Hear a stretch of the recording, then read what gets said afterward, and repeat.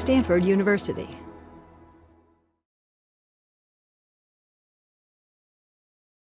We'll move on and talk about cosmology and what string theory has to offer cosmology. I suppose I could spend 2 minutes just telling you what I think the accomplishments and the failures of string theory have been. I think we'll do that another time. It's getting late and we want to get on with some substance. All right, let's go back to the special theory of relativity for a moment and just remember what it's all about. It's about thinking of space and time as a single entity that we call space-time. And space-time has a geometry. The geometry is described by a metric. I think I better leave it on. It's described by a metric tensor. Special relativity, in special relativity, the metric is especially simple. And the metric is just, if we take 2 points in space and time, 2 neighboring points in space and time, can you see them? No, it doesn't matter. But let's take 2 points in space and time, any 2 points in space and time. They're separated, let's call this the x-axis, let's call this the t-axis. And there's 2 more axes coming out of the blackboard. These are 2 arbitrary but neighboring points, and they're separated by some dx, dt, dy, dz. Separation here.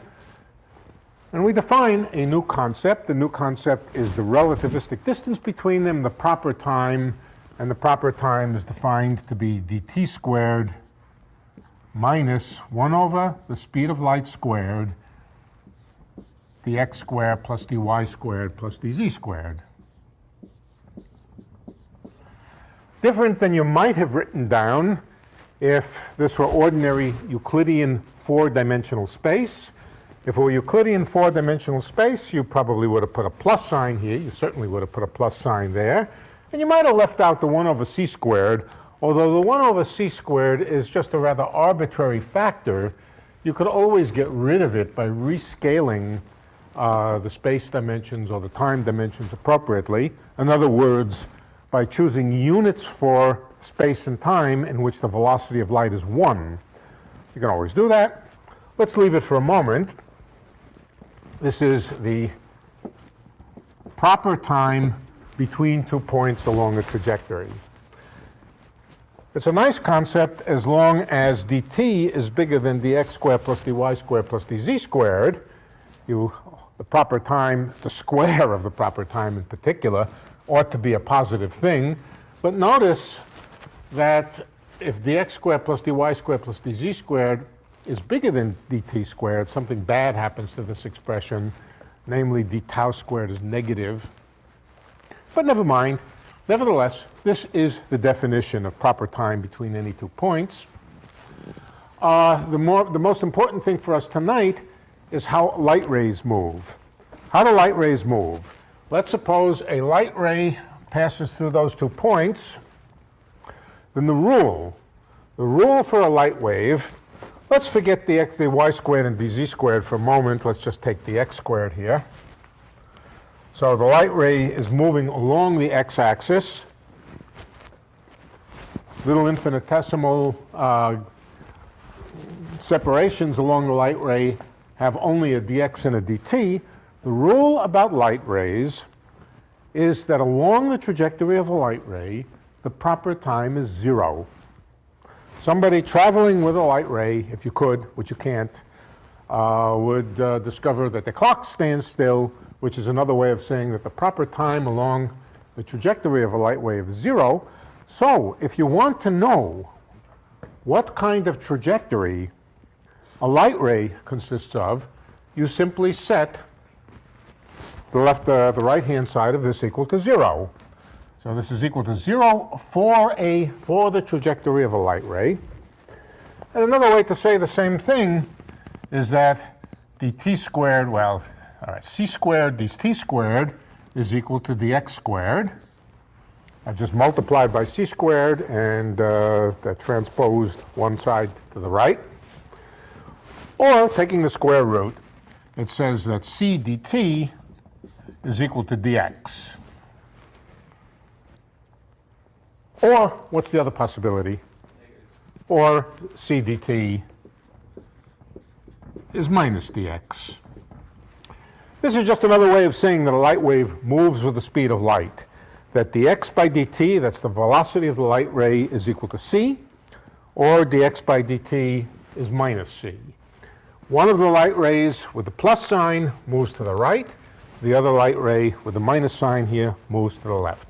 All right, the main point here is just that the way you diagnose a geometry like this to find out how light rays move is you solve the equation that says that the proper time along the light trajectory is 0. All right, now we're going to come to the more complicated geometries of general relativity. In general relativity, the metric is more complicated. It varies from place to place. The geometry varies from place to place. And it's described by a more complicated object, the metric tensor, which itself can vary from place to place. And we've done these things before, so I assume you know a little bit about it.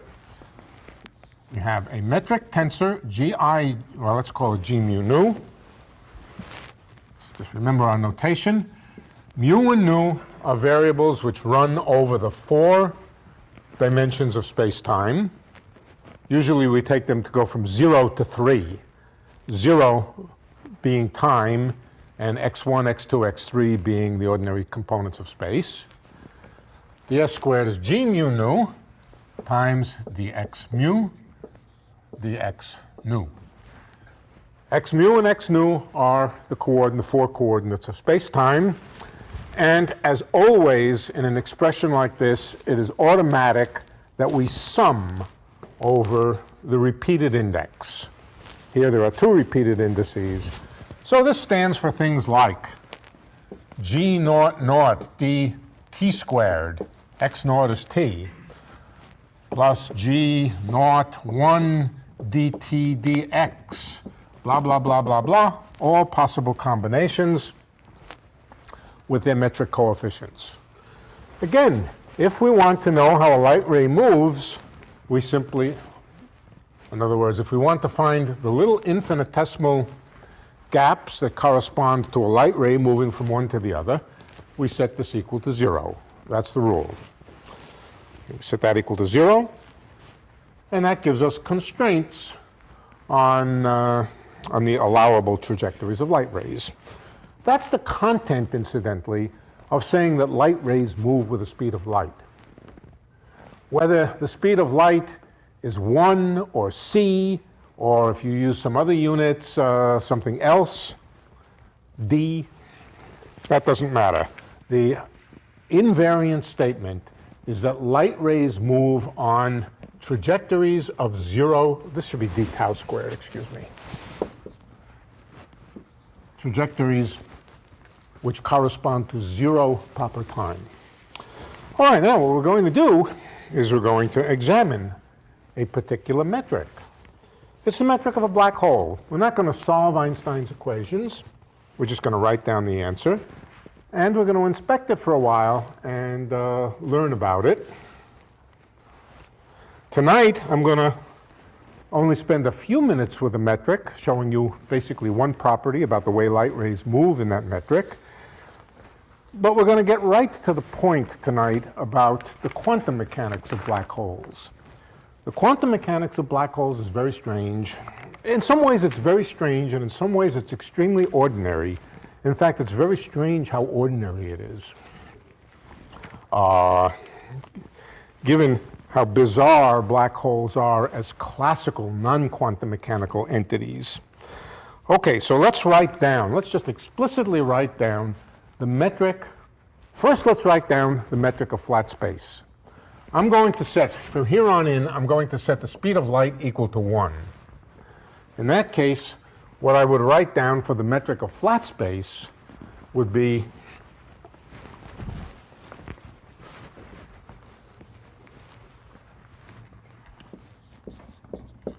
dt squared minus dx squared plus dy squared plus minus dx squared minus dy squared minus dz squared. All right, let's write it. Minus dy squared minus dz squared. Or this way. Now this here is nothing but the ordinary metric of ordinary flat Euclidean space here. And we can write it another way. We can write it in polar coordinates. Let's think about polar coordinates for a moment. Polar coordinates are the coordinates that I would use if I'm standing in the center, which I am. I'm always at the center. I'm very self-centered. All right? And I'm always at the center. And instead of using coordinates x, y, and z, I'm going to use coordinates which are the distance from me, r, let's call it r, the distance from me, and two angles to represent the direction that I might be examining. So an r and two angles. In fact, the two angles are often summarized by the symbol capital omega. That symbol actually stands for a unit sphere. A unit sphere, why a unit sphere? Because I can think of myself surrounded by a unit sphere, and then a point on the unit sphere determines the direction. The symbol omega often stands for a unit sphere, and the symbol d omega squared stands for the metric on the unit sphere. Maybe we should write down the metric on a unit sphere to just be really concrete. To represent the unit sphere, you need two angles. What are they called? Azimuthal and polar angles, or longitude and latitude. Okay? Two angles, theta and phi. And the metric of the unit sphere is the length element on the unit sphere is just the theta squared. Theta is the polar angle plus sine squared theta d phi squared. That's the metric on the unit sphere. Phi is the angle around the pole, and theta is the distance along an angular distance from, let's say, from the North Pole. Or maybe it's no, I think this is actually the distance from the equator. And this is the thing that's usually called, just abbreviated. It's just an abbreviation. It's called d omega squared. And it means the metric of a two-dimensional, ordinary two-dimensional sphere, but of unit length. If the sphere had some other unit radius, if the sphere had some other radius, then the metric of it would simply have the square of the radius multiplying the whole thing. But we're going to be drawing a unit sphere. Yeah, okay, let's put in what happens if the radius of the sphere is not 1. If the radius of the sphere is not 1, then we would write r squared, where r is the radius of that sphere, times d theta squared plus sine squared theta, d phi squared, or just r squared d omega squared. Okay, so r squared d omega squared is the metric of a sphere of radius r. Now I stand at the center and I look around me, and I see 2 points. They're separated. You could think of them as separated by a dx and a dy and a z, but no, I'm going to think of them as separated by a dr, a d theta, and a d phi. Okay? Dr, different distance to me, different angle, and so forth. What's the distance between those two neighboring points? The distance between those neighboring points in ordinary flat conventional space, in other words, the thing which really replaces this thing, this piece of it, in polar coordinates, it is dr squared plus, that's the difference in radial distance along the radial distance, and then a contribution coming from the distance in angular space, and that's just this, plus r squared d omega squared. Schwarzschild, S-H-I-L-D. Yes, yeah. So there is S, the question would not be shield, but shield. whether there's shield. a T or not, and there is. No T. D. No, no T. No T. Okay. No, I mean in the middle, Before the Z. before the Z, yeah. Oh, no, I don't think so. It's Schwarzschild. Schwarzschild, yeah. There isn't. Okay. How does this get modified in the presence of a black hole? Here's a black hole. Some coordinates. And we're going to describe the metric again in polar coordinates. It's a nice round object. Nice spherically symmetric object. Polar coordinates are the convenient coordinates to write it in terms of. In fact, that's generally true. When you have something which has nice spherical symmetry, then polar coordinates are usually the best coordinates to describe it in. Okay, so how do we do? First of all, if we go very far from the black hole, the influence of the black hole should be should fade as you move away. That's the first thing. That means that far from the black hole, this should be pretty good. All right, I'll write down the answer and then we'll just check that. The answer is 1 minus. Now, a black hole has a mass. Let me just write down over here what variables are interesting. There's the mass of the black hole, m. There is something that we'll call either the Schwarzschild radius or the radius of the horizon. All right. We can call it r sub s. That's for Schwarzschild, or Schwarzschild. And that happens to be related to m, it's twice mg. And just once I will put the speeds of light in. After that, we'll set the speed of light equal to 1. I may here and there decide to put the c's back in just for illustrative purposes. But if I write that r Schwarzschild is 2mg, you know that I'm setting the speed of light equal to 1. All right, so it's 2mg over c squared little r. Now, little r is the radial coordinate. Little r is the radial coordinate. We can, in brackets, we could also write this as 1 minus r Schwarzschild over r, the ratio of the distance to the point where the r, little r here is the point of interest. R Schwarzschild is the radius of the horizon. We're interested in points far from the black hole for a moment, or at least out beyond the horizon of the black hole. So little r is bigger than big R here. All right, that gets multiplied by dt squared, replacing this. Now this looks good. When little r gets big and we go far from the black hole, this here becomes small, and we just get back r1 dt squared. Then there's minus, the same thing except in the denominator, 1 minus 2mg over c squared r times the r squared.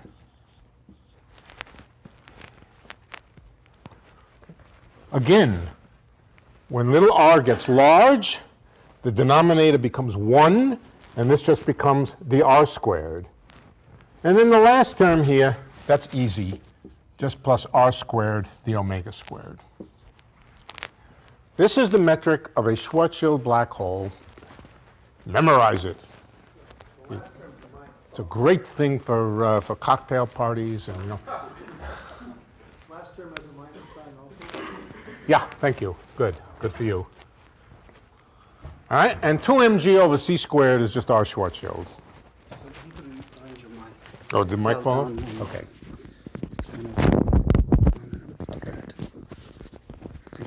Okay. All right, so let's erase off the blackboard what we don't need. Now, when you look at this, you see something a little bit strange. 1 minus 2mg, if little r is large, this is small, And what's in here not only is close to 1, but even more important, it's positive. What's here is also positive. So we haven't done anything really weird like changing signs of coefficients and so forth. But notice that something unusual does happen at the point where r gets small enough that this gets bigger than 1. Where does that happen? That happens, you know what, from here on, I'm going to get rid of the c squares. They're only going to confuse me. I'm going to forget about them. Just let's get rid of them. Set c equal to 1. Where is the crossover where this gets bigger than this? And that happens when r is equal to 2mg. Something happens when r, or when 2mg over r is equal to 1, same thing. When r becomes smaller than this, you're inside the black hole. You're inside the Schwarzschild radius. At r equals to 2mg, something really weird happens. The coefficient of dt squared becomes 0. Sounds like no time. No time. When the coefficient here is 0, the proper time from one value of time to a neighboring value of time is just 0. All right? And even worse, the coefficient of dr squared gets infinite. It sounds like something rather dramatic happens at the horizon or at the Schwarzschild radius of the black hole. And we're going to come back to that. We're not going to analyze that tonight. Tonight, we'll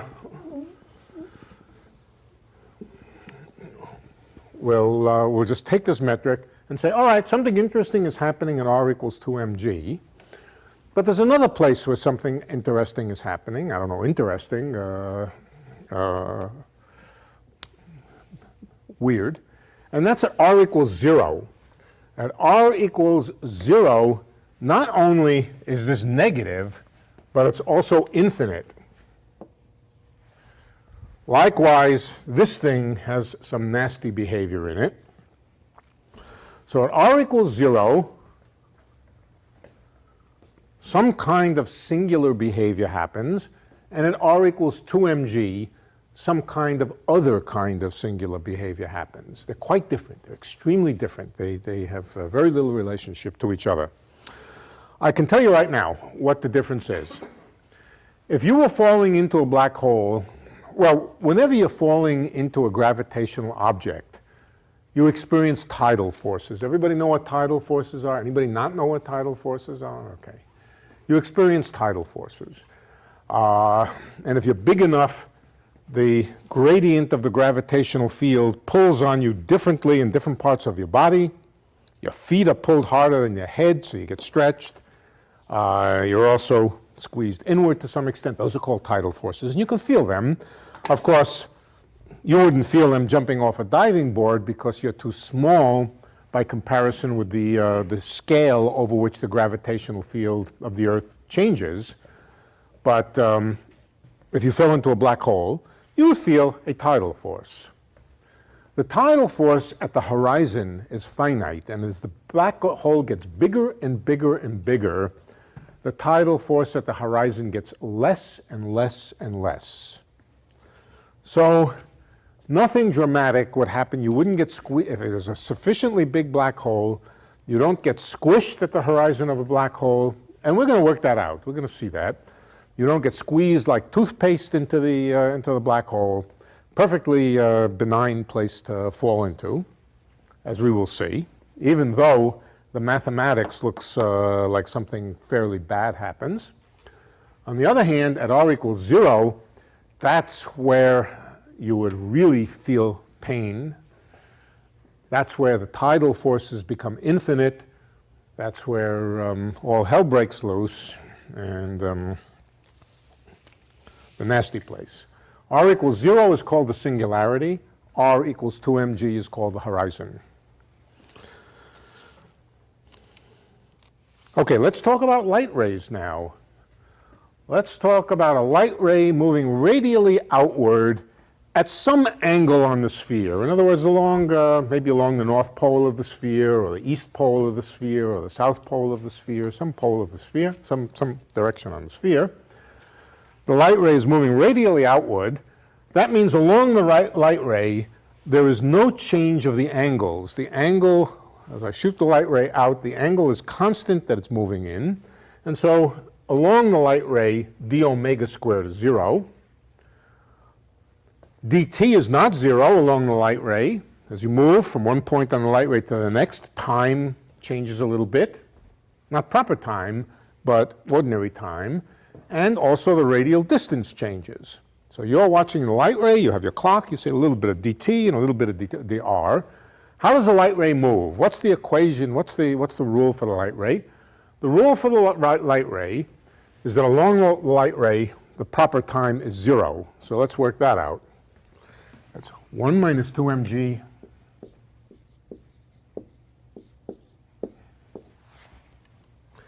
dt squared must equal, I'm setting, this we don't need to worry about. I'm setting the rest of it equal to 0, and I'm doing that by setting the dt squared equal to the dr squared term. Equals 1 divided by 1 minus 2 mg over r dr squared. That's the motion of a light ray. We can multiply both sides of the equation by the thing in the denominator here, and that just squares this and removes this. And now I can take the square root if I like. It just says that dr, the distance along the radial direction that it moves, is equal to 1 minus 2 mg over r dt. If you're far away from the black hole, this is close to 1, and it just says dr is equal to dt. Of course, if I put the speed of light back in, there would be a speed of light here, and it would say that dr is equal to c dt.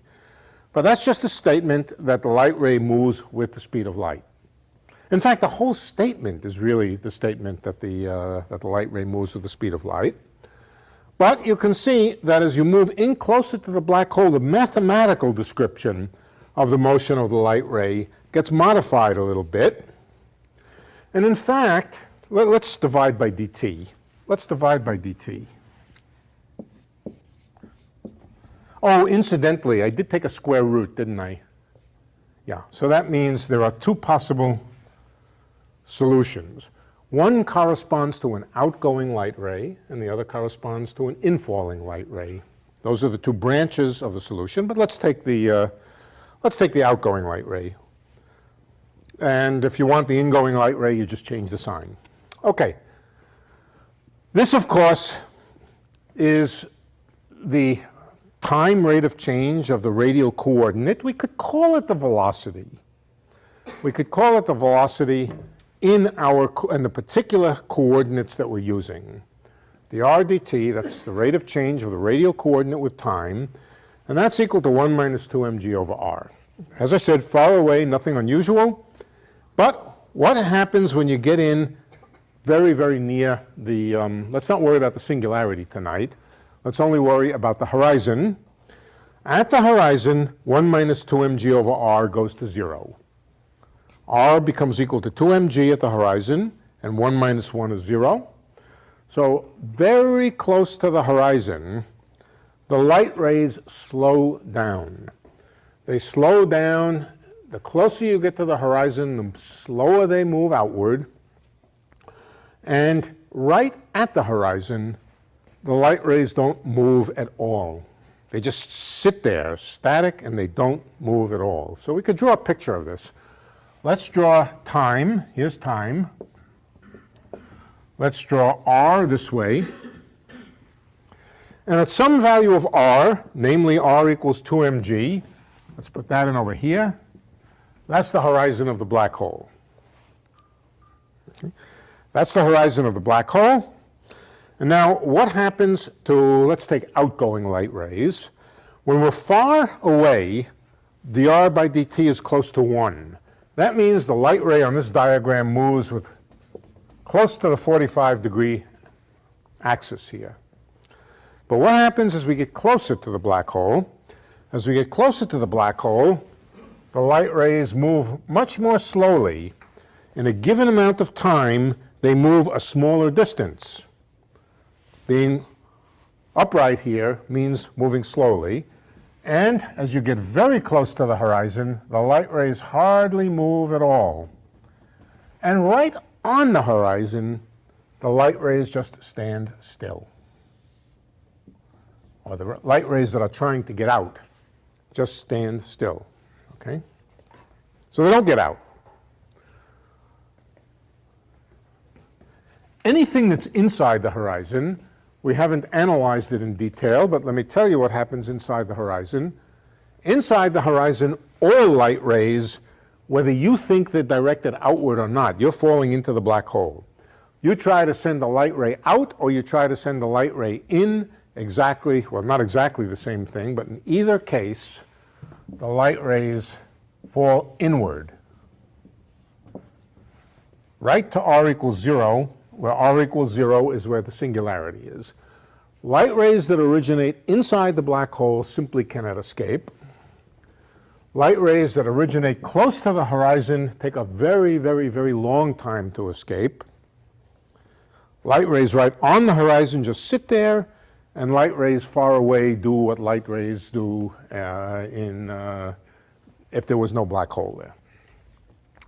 Okay, so that's the basic framework of the Schwarzschild black hole. That's really all there is to it. There's, of course, a lot more to it. And we're going to do a lot more, but not. Could you clarify the statement that light slows down and what exactly?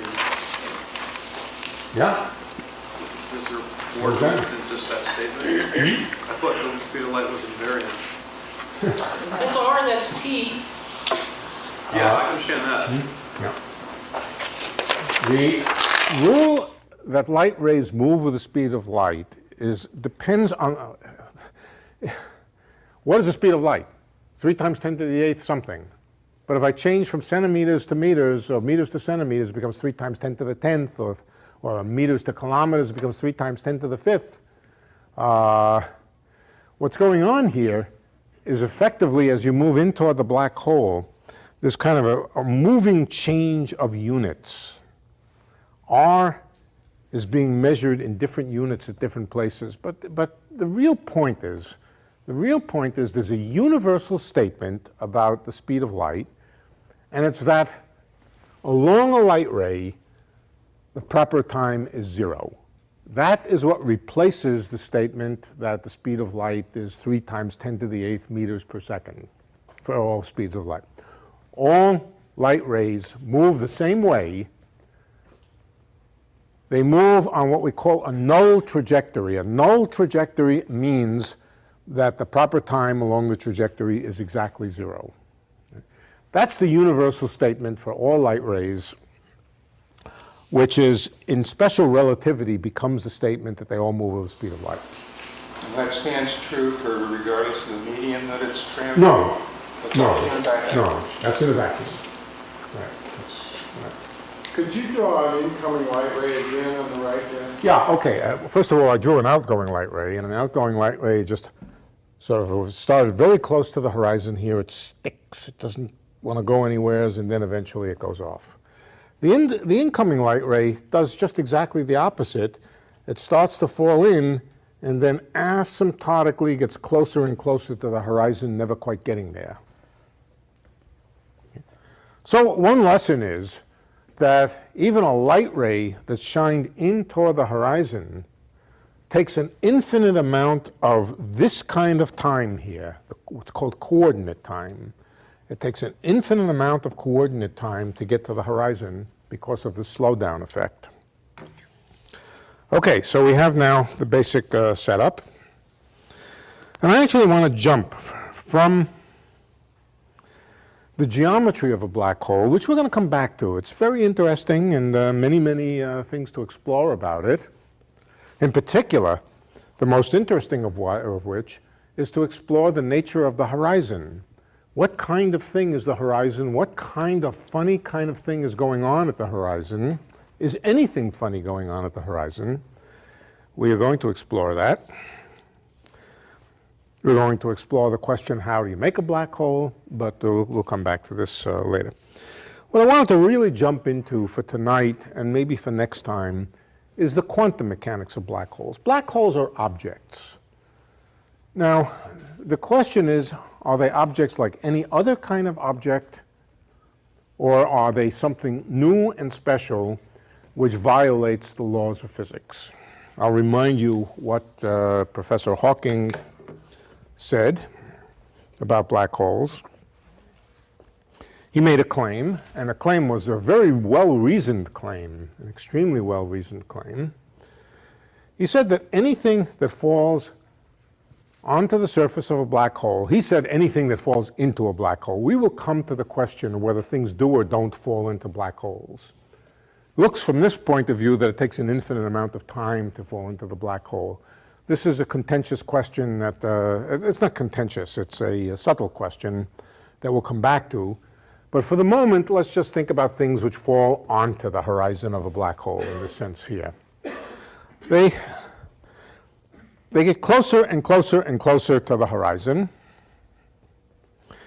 And they sort of get stuck on the horizon from the point of view of outside. They don't get back out. If they don't get back out, that means that all the information that they brought into the black hole is lost to the outside observer in the form of either, depending on, we'll discuss it later, but depending on whether you envision it as falling into the black hole or just progressively closer and closer to the horizon of the black hole, it becomes unavailable to the outside. All right, that's not such a bad thing. You just say, well, okay, but the information of what fell in is simply getting closer and closer to the horizon. No big deal. It's not, it hasn't disappeared, it hasn't gone anywhere, it's just gotten squeezed tighter and tighter onto the horizon. The problem is, as we're going to see tonight, or tonight and partly next time, there's reason, not a reason, it's extremely, there's a complete consensus about it. Black holes in time evaporate. If black holes in time evaporate, then the question is what happened to all the little itsy bitsy bits of information or whatever it is that fell onto the horizon? Does it just disappear out of this world? Or is it somehow stored inside a little tiny remnant of the black hole that refuses to disappear? Or does it get radiated out with the evaporation products? Exactly what happens. This was a big puzzle in physics. But before we can address the puzzle, and it was string theory in part which largely resolved this, before we do that, we have to understand why people thought that why people think that black holes evaporate.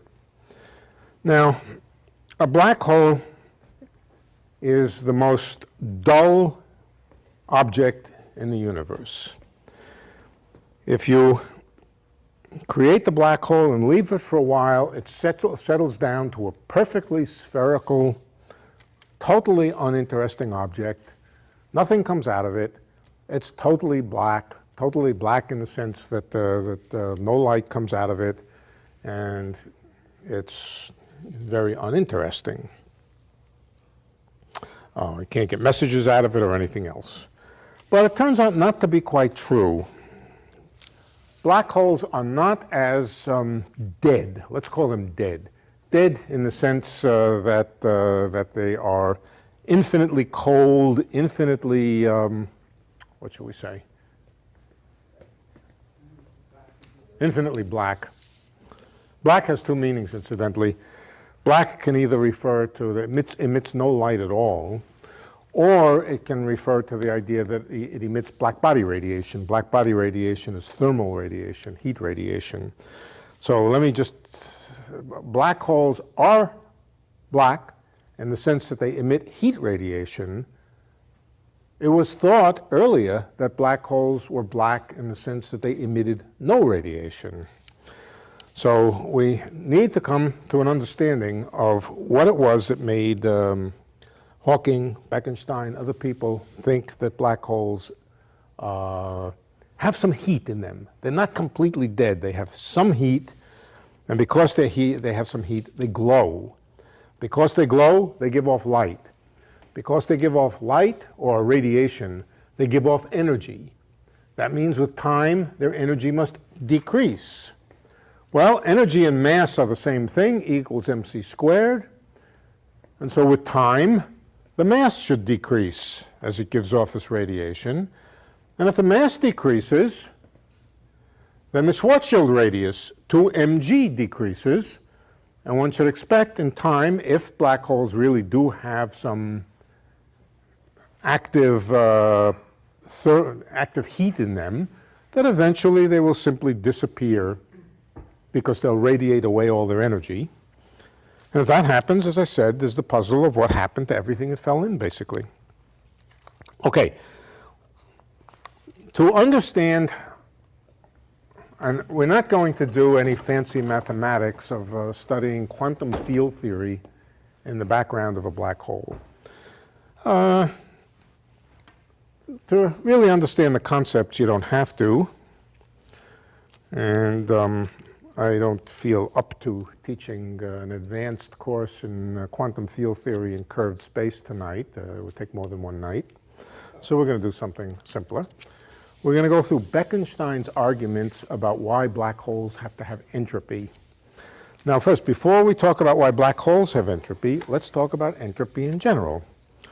What is entropy, and how do you define it? We can define it either with precision or we can define it qualitatively. I prefer to define it qualitatively. To understand what entropy is, you need to understand what information is. And let me be very, very simplistic about what information is. Information, the information about a system. The information about a system, let's not ask about what it is, but how do you quantify it? How much information is there in a system? Or better yet, how much information separates one system from another? What's the way you explain to somebody the difference between systems? Well, you ask a bunch of questions about the system. I'm not even going to try to ask the question. Well, yeah, we could. Here's a system. Here's a system. It's a big box. The box is broken up into little boxes. Those little boxes are about as big as an atom. And you can know everything about what's in this box if I tell you yes or no, whether there's an atom. I would have to tell you what kind of atom, but let's simplify it. Let there be just one kind of atom in the world. And either a box is empty or a box is full. If I go through the boxes and tell you whether there's an atom there or not, I have told you just about everything about that box. There's an atom here, there's an atom here, there's an atom here, there's an atom here, there's an atom here, here. No other atoms. Well, then there's a block or a lump of stuff in the middle. Okay? Maybe that one's missing. Now it's a lump of stuff with a funny shape. So you can go through this thing with a bunch of yes-no questions. Is there or isn't there an atom in this box, that box, and so forth? Another way of describing information is to say, if I want to describe the system, what I need to do is give a code to describe it. And the code might simply be a series of zeros and ones, where you go through this thing, 0, 0, 0, 1, 0, 1, 1, 0. In other words, it could be a long binary digit. How long? Well, it depends on how many bits of information you're trying to describe, how many yes-no questions it takes to describe a system completely. The number of yes-no questions, or the number of binary digits that you would have to prescribe to describe a system or to distinguish it from other systems, is called the information in the system.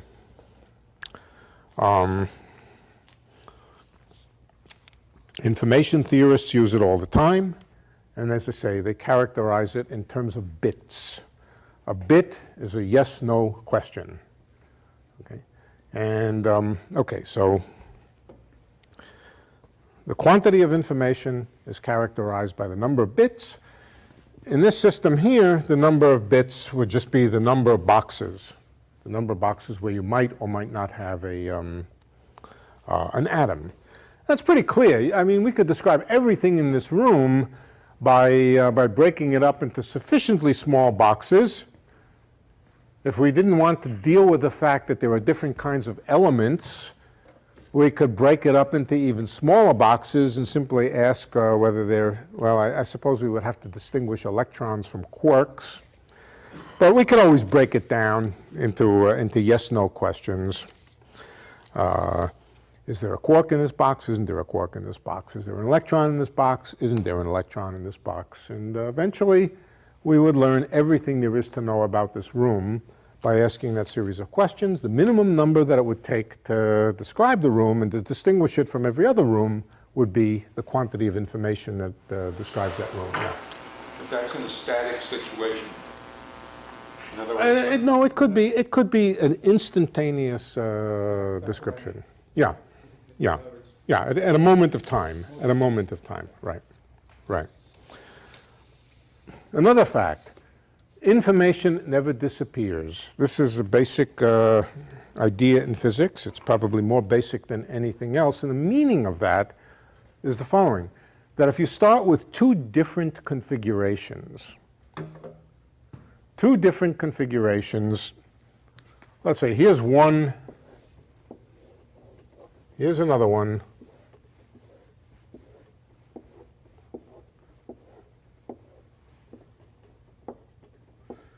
they're fairly similar, as a matter of fact. They just have a couple of atoms out of place.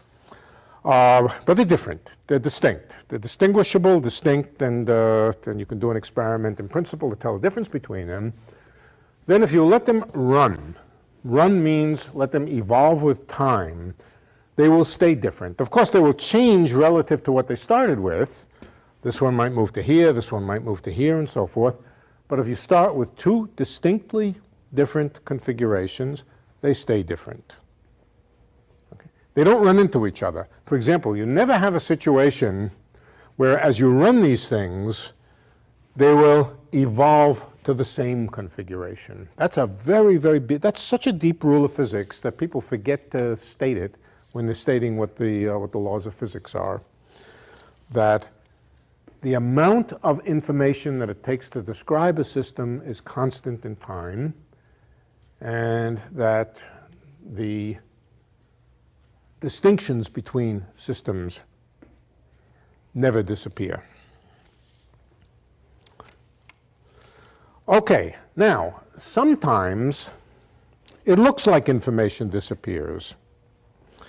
You drop a series of water molecules into your bathtub, and you might drip them in some very, very specific way. You might drip the drops of water in with Morse code messages on them, two different bathtubs full of water. And one of the messages, I don't know, some great literary masterpiece, and the other one, some other great literary masterpiece being coded in the dripping of the faucet. And those two bathtubs full of water started out differently. Okay. They sure look the same after a few minutes.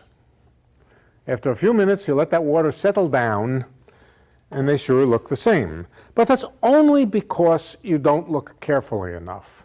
If you could look carefully enough at every single molecule in those bathtubs, you would find that the configurations of them stay the same. One might say that effectively information doesn't disappear, but it gets hidden. It gets hidden because it gets hidden by the fact that there are just so many degrees of freedom, and they're so small that you can't see them, that in effect, information which is there is effectively lost just because it's stored in degrees of freedom which are too small and too numerous to keep track of. Okay. So in practice, in a sense, information does disappear, but not in principle. There's a notion of hidden information, information that's inaccessible to you for one reason or another. Now, of course, the notion of inaccessible can depend just on how good your ability to study and manipulate the system is. It might depend on how good your microscope it is. It might depend on how quick you are in your ability to measure molecules and so forth. But subject to whatever limitations there are, there's a notion of inaccessible or hidden information. What is entropy? The simplest statement of entropy is that it is the number of hidden bits of information, the number of things which in principle are there to distinguish things, but which are just unavailable to you because they're stored in things which are too small and too numerous to keep track of. So in the case of this bathtub full of water, so the only thing I really care about is how hot the bathtub is. I don't want to burn myself when I get in. I want to make sure there's enough water in the bathtub that I can take a nice bath. I want to, what else? I want to make sure it's water, not hydrochloric acid. But you know, there's a handful of things that I want to know about that water, and furthermore, there's a handful of things that I can know about the water. The amount of energy that's in it, that's in the form of its thermal energy, the fact that it's water, and a few other things. And that's a pretty much complete description of the water. Well, the water might have ripples on it. I don't care much about the ripples when I'm taking a bath, but nevertheless, I could see the ripples and I could distinguish the fact that the bathtub was filled up 5 minutes ago than half an hour ago. But if you wait a while, even those ripples go away, and there's not even any ripples on the surface to tell you any detailed information. It's all hidden in the microstructure of the molecules. So all that information is hidden information, and it's called the entropy. That's what entropy is, the number of bits of information which are unavailable. Now, there are more technical definitions, but for the moment, I think that that is good enough for us.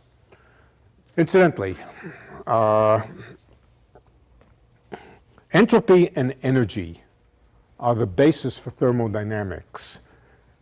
Normally, when you learn thermodynamics or statistical mechanics, particular thermodynamics, you start with the idea of temperature.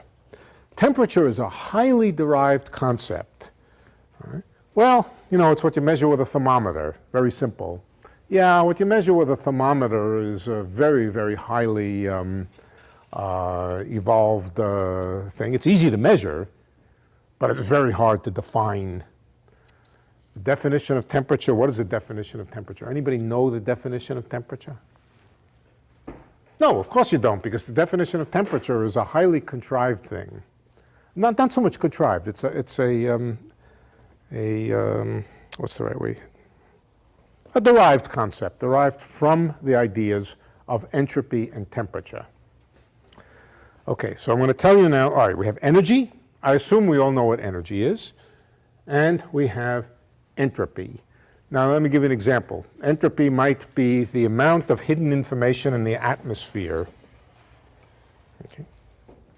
I'll tell you right now what temperature is. I have to write an equation first for myself, just so I get it right. Okay. Temperature is the change in entropy of a system if you add 1 bit of information to it. If you change, now here's an example. I'll give you an example of where this comes up. You take your computer. Your computer is full of bits of information. The bits are stored individually in the form of what? Bits. Yeah, I mean, whatever. Some little thing inside the computer is either switched on or switched off, and that's your yes or no question. Now, your computer is full of information that you put in there. Supposing I want to get rid of a bit of information. In other words, I want to eliminate some, I'm not going to eliminate the circuit, I just want to set it back to its original starting point. I want to take the computer and reboot it, just to get it back to its original starting configuration. In that case, I will lose a lot of information, all the information that's in the computer. Well, let's not go that far. let's just erase one bit of information. If you erase one bit of information, I just told you it's impossible to erase bits of information. That's a basic law of physics. What really happens is that bit of information, whatever it is displaced from inside the computer to out into the atmosphere.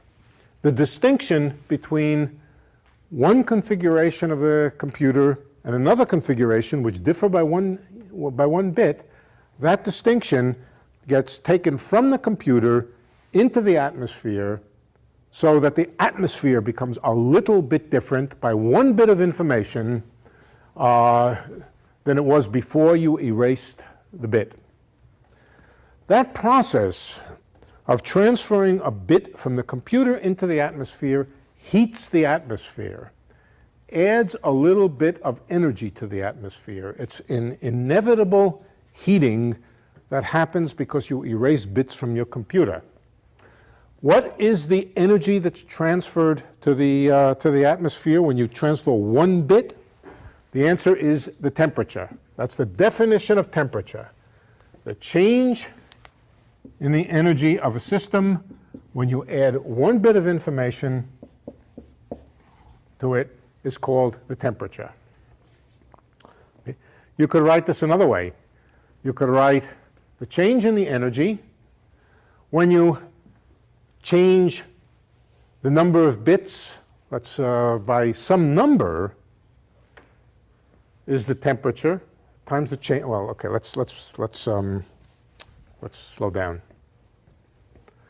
Notation for entropy. We need a notation for entropy. I don't want to say entropy every time, and I don't want to write the word entropy on the blackboard in equations. We need a symbol for entropy. The standard symbol for entropy is S. S is entropy. Okay, now what I told you is that the change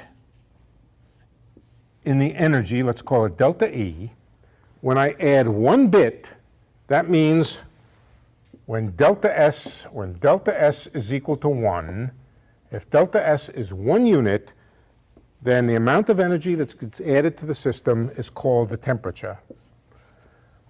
What happens if you add 2 bits to the atmosphere? Then the energy of the atmosphere changes by twice the temperature. What happens if you add 3 bits? 3 times the temperature. What happens if you add S bits? Then the change in energy is T times the change in entropy. The change in energy is proportional to the number of bits that you transfer to the atmosphere or that you transfer to anything, a bathtub full of hot water. In other words, it's the change in the energy when you hide a certain number of bits of information. When you remove them from someplace and hide them in your whatever it is you're hiding them in your heat bath, basically. Okay. This is a basic formula of thermodynamics. Extremely confusing formula if you start with temperature as the basic concept. But it's a very simple concept if you start with entropy as the basic concept. Then temperature is, as I said, the energy that you add when you add 1 bit.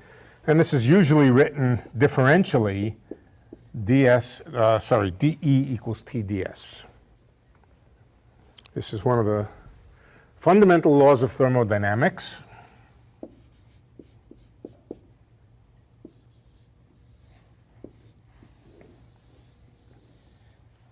The change in energy is the temperature times the change in entropy.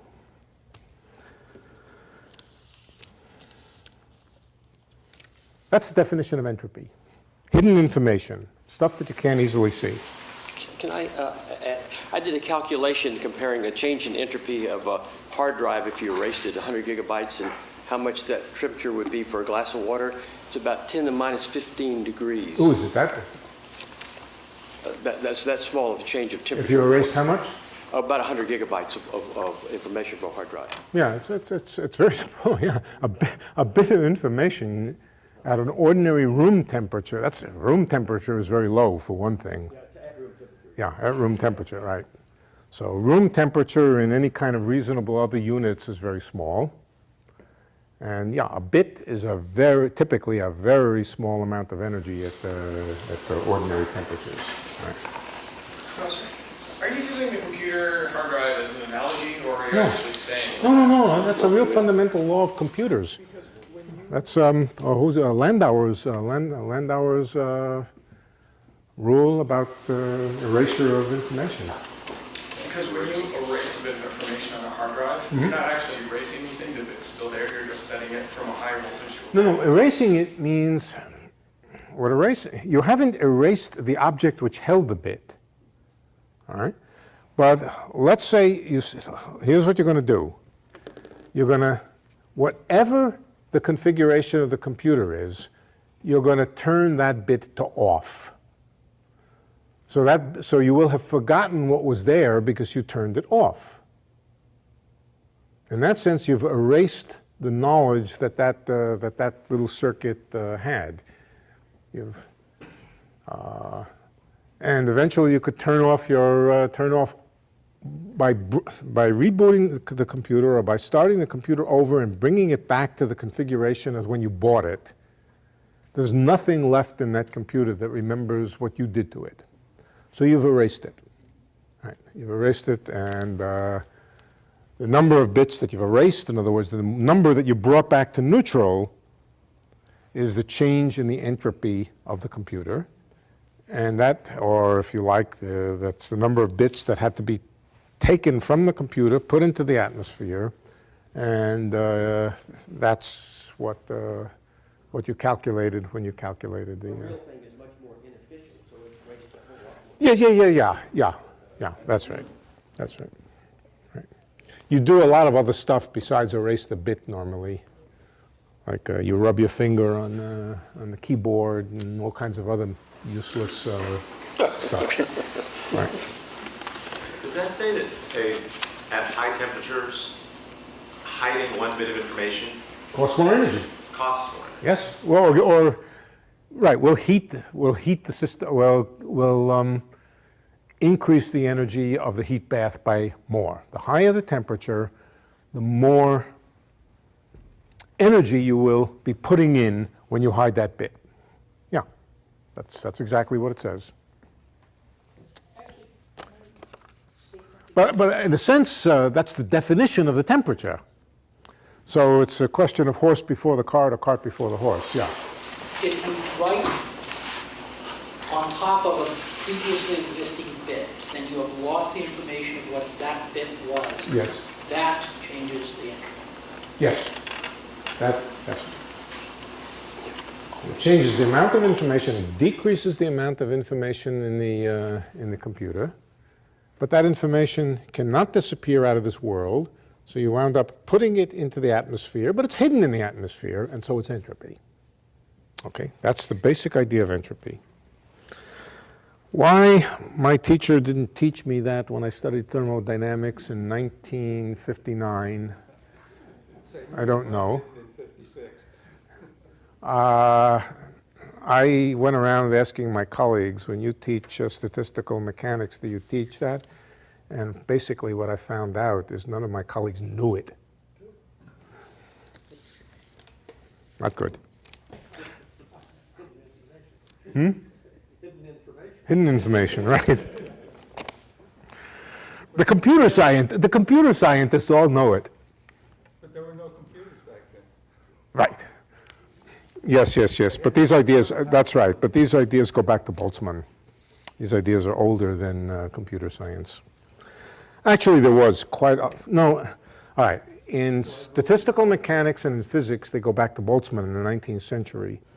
In computer science, they go back to the 40s. Shannon, Claude Shannon was the one who formulated these ideas. Okay, enough history. Okay, so now let's talk about the information that's hidden in a black hole. As I said, you can either think of it as hidden in the black hole, or you can think about it as hidden on the surface of the black hole. You keep throwing stuff into the black hole, and it accumulates closer and closer to the horizon, in some sense, and becomes unavailable, gets all smushed up onto the horizon. It takes light forever and ever and ever to get out of the horizon, so it's effectively lost. Why did Bekenstein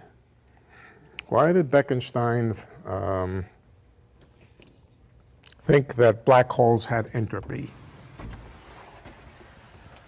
Well, I'm going to tell you the way I think about it, but it was also the way Bekenstein thought about it. But I'm going to tell you why he thought there was entropy by computing the entropy, by computing the amount of information that you can store in a black hole. What I'm going to do is imagine building up the black hole by throwing bits of information into it. And I want to know, after I have thrown in a certain number of bits of information, how big is the black hole? The logic is very, very similar to asking, how full will a bathtub be if I fill it by dropping in atom by atom, and I tell you after n atoms, how full will the bathtub be? Well, the way you figure it out is you say an atom has a certain volume. Every time you drop an atom in, it adds to the volume of the water, and each differential drop changes the volume by a little bit and raises the level of the water by a certain amount.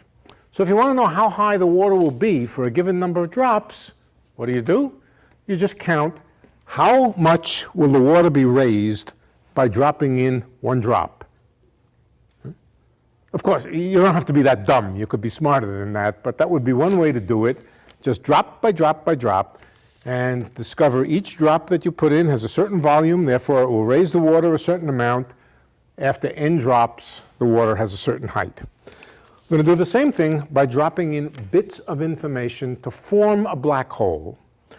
We can start with a small, How does throwing in photons, electrons, chairs relate to throwing in information? Okay, so we're gonna come to that, but basically we're going to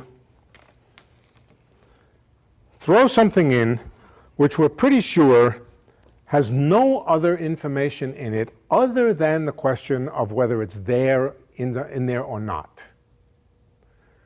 In other words, we're going to fill this black hole up by a series of processes for which each one of them has no other information stored in it other than that a photon went into the black hole. You can simply ask, did the photon go in or didn't the photon go in? That's a yes or no question, and You live in coordinate time, right?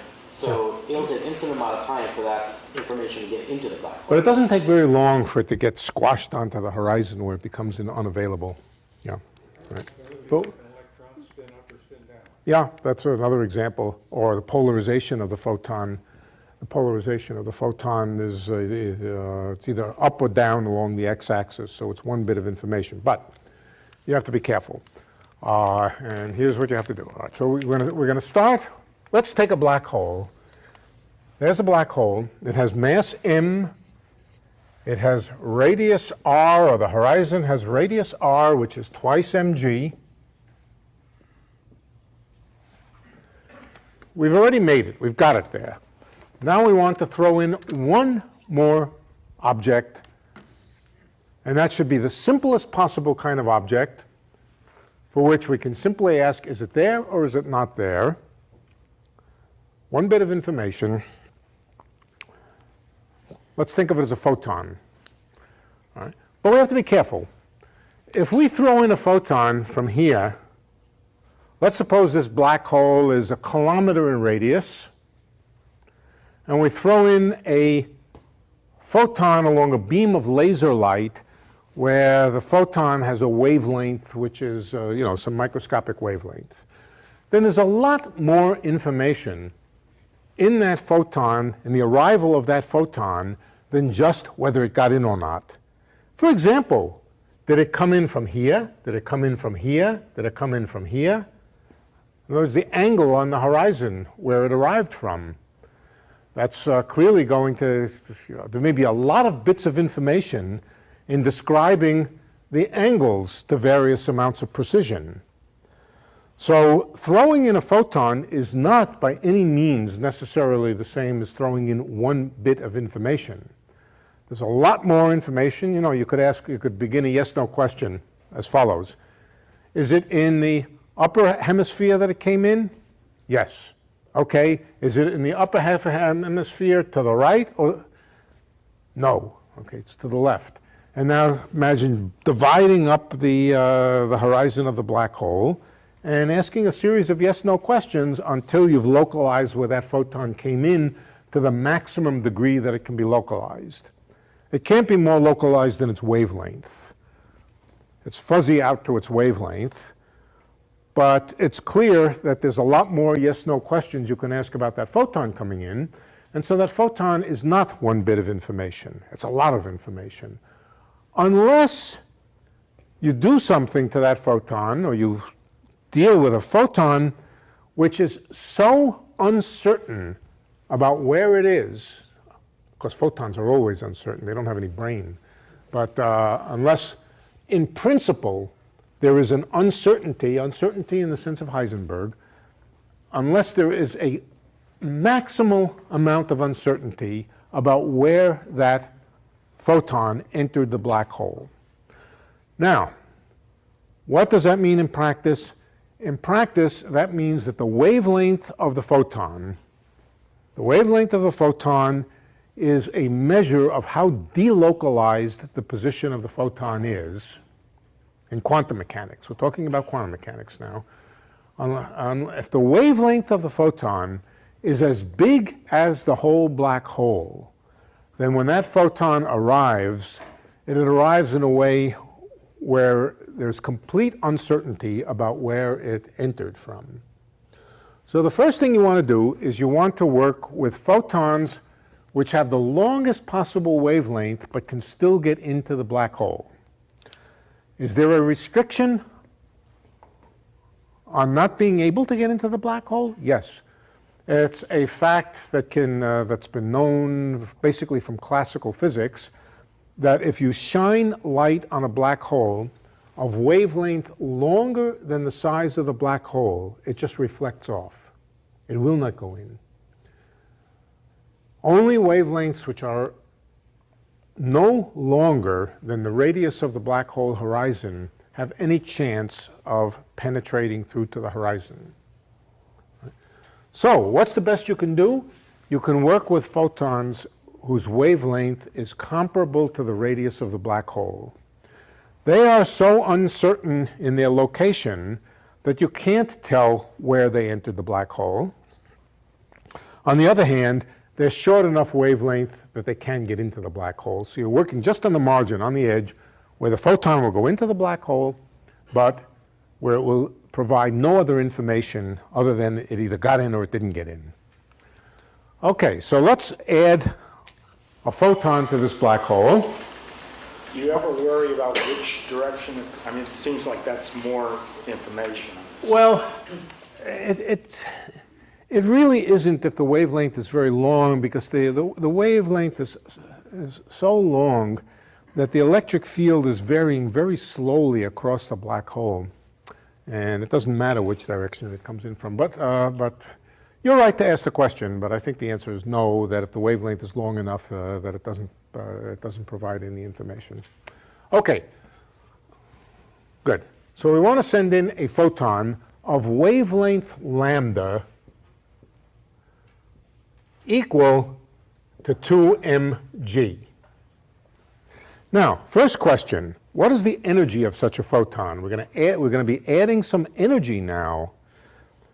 Here's this business that whenever you hide a piece of information, you wind up adding a little bit of energy to the system that you're hiding the information in.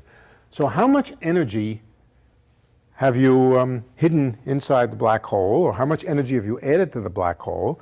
The energy of the photon.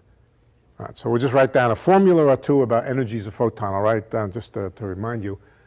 The energy of a photon, or any light wave, is equal to the speed of light times its momentum. P is the momentum of the photon. Now, what's the connection between momentum and wavelength? Anybody remember? H bar over lambda. H bar, Planck's famous constant. All right? This is, because we're dealing with photons, because in quantum mechanics information is quantized into photons, this is a real quantum problem. We're going to see where h bar winds up. It will be interesting to see where h bar winds up in this formula. All right, so what's the wavelength? The wavelength, or the momentum is h bar over lambda.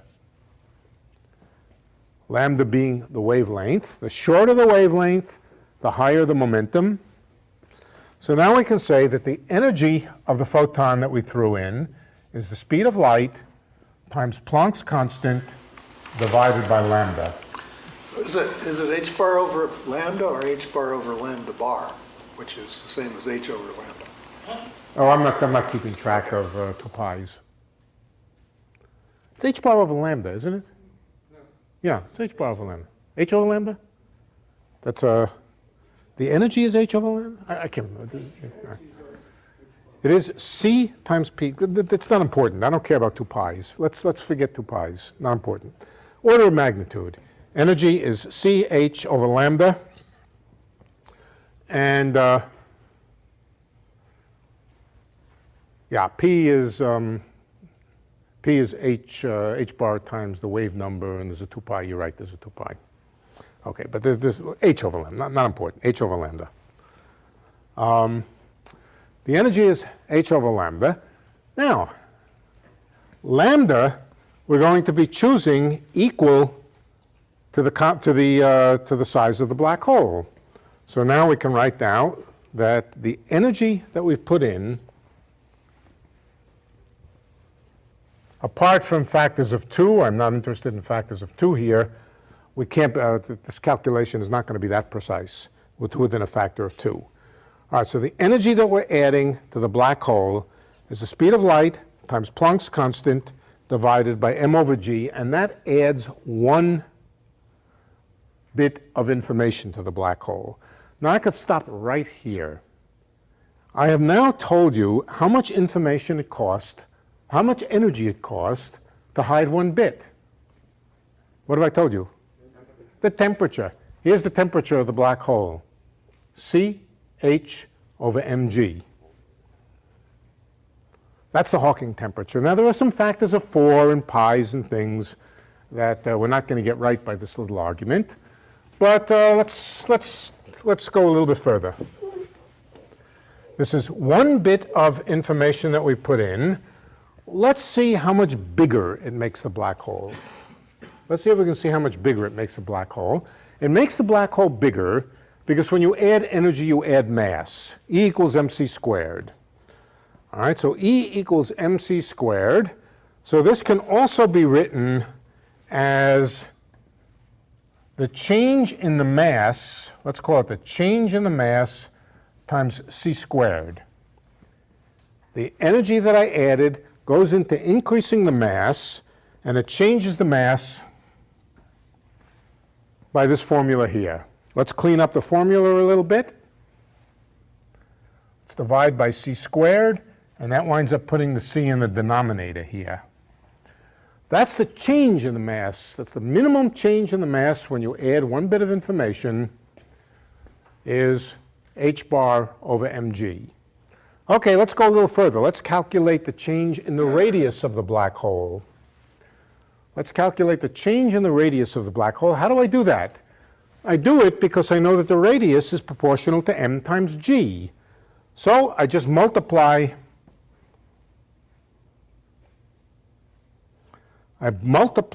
both sides of this equation. Let's see, yeah, by g. This was the wavelength downstairs. So we multiply by g.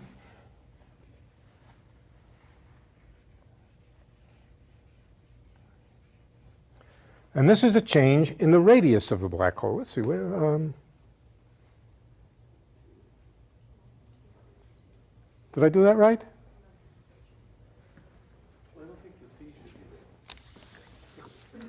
The wavelength over the Schwarzschild radius. hc over the Schwarzschild radius is the change in energy. That's delta E. E equals mc squared. So if I want the change in mass, I think I want to divide it by c squared. The change in mass is equal to is equal to h over rc. Agreed? Have I confused you thoroughly? Okay, good. That's the change in mass. And now if I multiply it by g, it gives me the change in radius. This is the change in radius of the black hole. Okay, so every time I throw in one bit of information, I change the radius by an amount which is inverse to the radius itself, with the gh over c. I really think I've lost some c's, but I'm not sure where. Well, maybe not. Where? Oh, you're right. The good. The Schwarzschild radius is not mg, it's mg over c squared. That's where it went. Mg over c squared.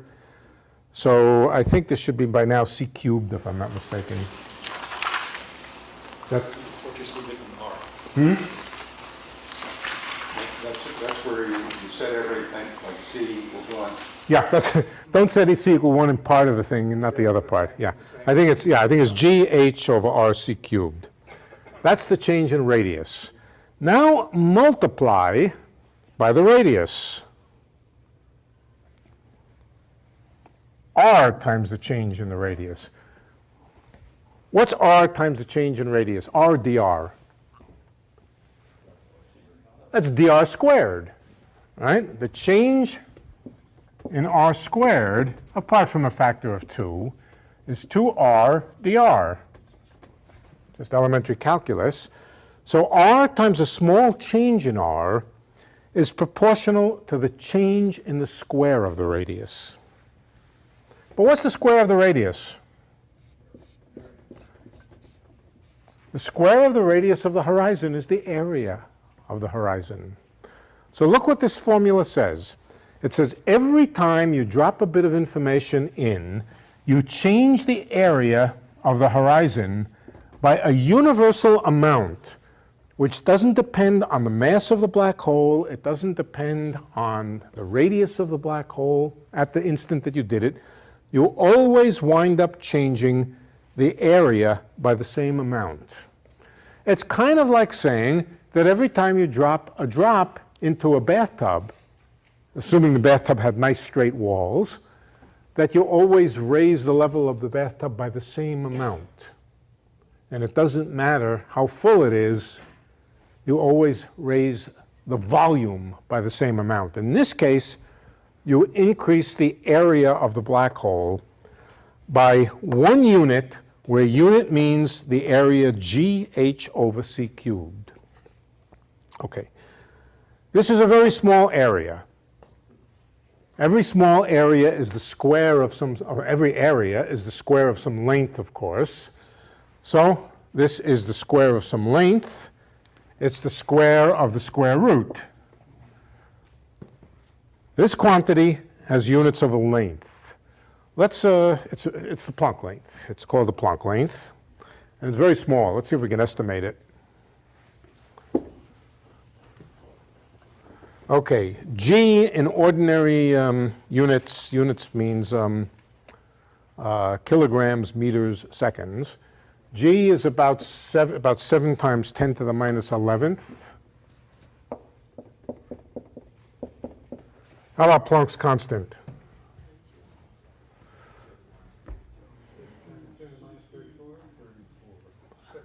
I think, well, that's h bar, I think. Was that h or h bar? 6? I don't remember. Another 7. H is 6. H bar is 1054. Okay. 7 times 10 to the minus 34. That's this. And c cubed, how about c cubed? We have to square, we're going to take the square root in a minute. Well, what's the square of the speed of light? The cube of the speed of light. Cube of the speed of 27 times 10 to the 24th. All right, so we got a 27 times 10, what did I say, 24th? Okay, we got a lot of small numbers upstairs and a lot of big numbers downstairs. This is a very small number. I think it's about 10 to the minus 68th or 69th or something like that. 10 to the minus 69th square meters or something like that. I don't remember exactly. Okay. I happen to remember it's 10 to the minus 66 or 66, somewhere about that, square centimeters. Minus 68 is 1 and 1 over minus 69. Okay, the Planck length itself, the square root of this, is about 10 to the minus 35 centimeters. So it's smaller than anything that you can access in any way in experimental physics. And what it says is every time you drop a bit on, the bits, I mean, the way to think about it is the bits are impenetrable and they stick to the horizon. In no finite amount of time do they ever get past the horizon. They stick to the horizon, they have sharp elbows, and they simply push the other ones out of the way, each one occupying about a Planck area. I have a question. If the first one was sent in and it's approaching the horizon, now the next one comes in, the horizon moves out. Well, it pushes the other ones out of the way, and it makes the area bigger. And the only way to make the area bigger is to make it bigger. So it doesn't just increase the radius and now the prior one is inside. That's Not inside. It's on. No. They never get past the horizon. Even if you added a huge mass to like two colliding black holes? Right. Ugh. It's hard to believe. The next one that comes, yeah. That's or we'll go through a bit of that. We have to define what the horizon is in a careful way. We have to define the precise concept of a horizon, which we haven't done yet. We've only, This may not be, probably isn't significant, but on the area, what you're saying, a Planck, that square is a Planck area on a flat surface, but not necessarily a sphere. It's a spherical surface. So it's not significant. So for your 8 kilometer diameter black hole, your wavelength that you want for this photon is 8 kilometers. Right. Long radio. Nice long radio wave. It's like the old barroom trick where if you took a basketball and you wrap a string around it and you add length to it, how far away it is versus basketball, and you do the same thing with the Earth. Same distance. You want it the same distance radially. A similar thing. Okay, but that was the magic of that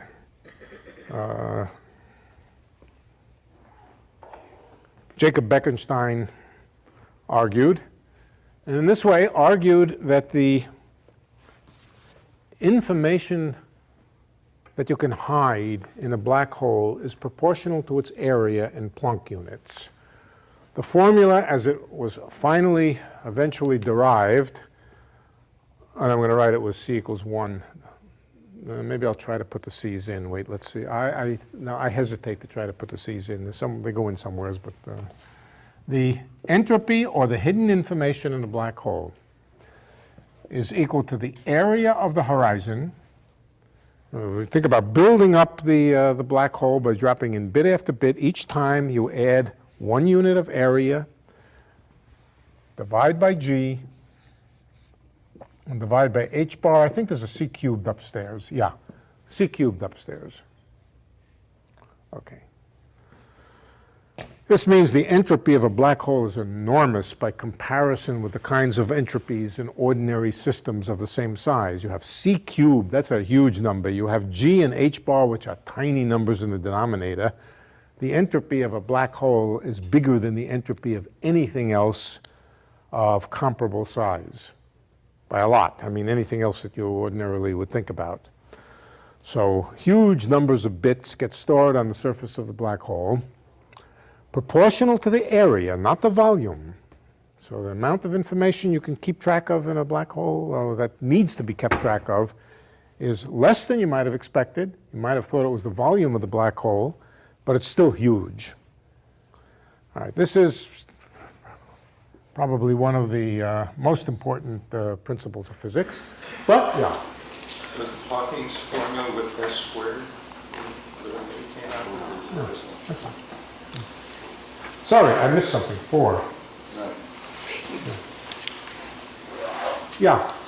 Bekenstein had this formula with an unknown coefficient. He tried to estimate the coefficient, and he had all sorts of arguments, but he wound up with peculiar numbers like logarithms of 2 and other things which are not there. It's just 4. It was Hawking who figured out the 4. And good. All right. Well, let's.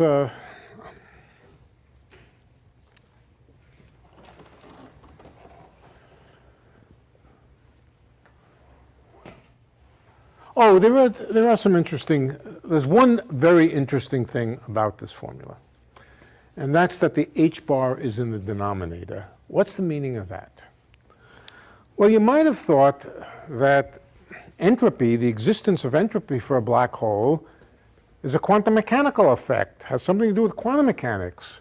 And so you might think that the entropy is proportional to Planck's constant, because it's Planck's constant which is the measure of the quantumness of a system.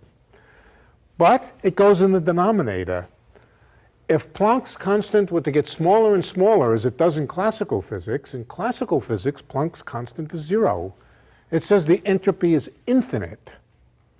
That's just another way of saying that in classical physics, you can hide, since information is not quantized, it doesn't come in photons, you can put as much information into as small an energy as you like. Take an arbitrarily small amount of energy, you can put as much information onto that a wave, an electromagnetic wave, as you like. But in quantum mechanics, information comes in discrete quanta. The information, or the entropy of the black hole, is finite because of quantum mechanics. It would be infinite in classical physics. You could simply throw arbitrary amounts of information onto that black hole without increasing its mass by almost anything. So this is an interesting fact that although all of this is quantum effect, it's quantum mechanics which prevents the entropy from being too big, not the other way. It makes it finite. What else can we say about this? Well, we could say a lot more about it, and we will. I think I'm getting a little tired, so we'll quit for tonight. You could say h bar really is angular momentum versus linear momentum. So if you take well, h bar is simply a constant which has certain units. It has units of angular momentum, it's true, but it comes up in other quantities. It has units of action. like h over 2 pi, taking regular momentum is a very good angular momentum. No, it's not h over 2 pi that converts it into, no. Angular momentum and momentum differ by a power of a distance. Angular momentum is momentum times distance. Right. Momentum is h over lambda. Lambda is a distance. P times lambda, momentum times distance, has units of h bar. And p times lambda also has units of angular momentum, r cross p. Distance times momentum. Okay. See you next week. For more, please visit us at stanford.edu.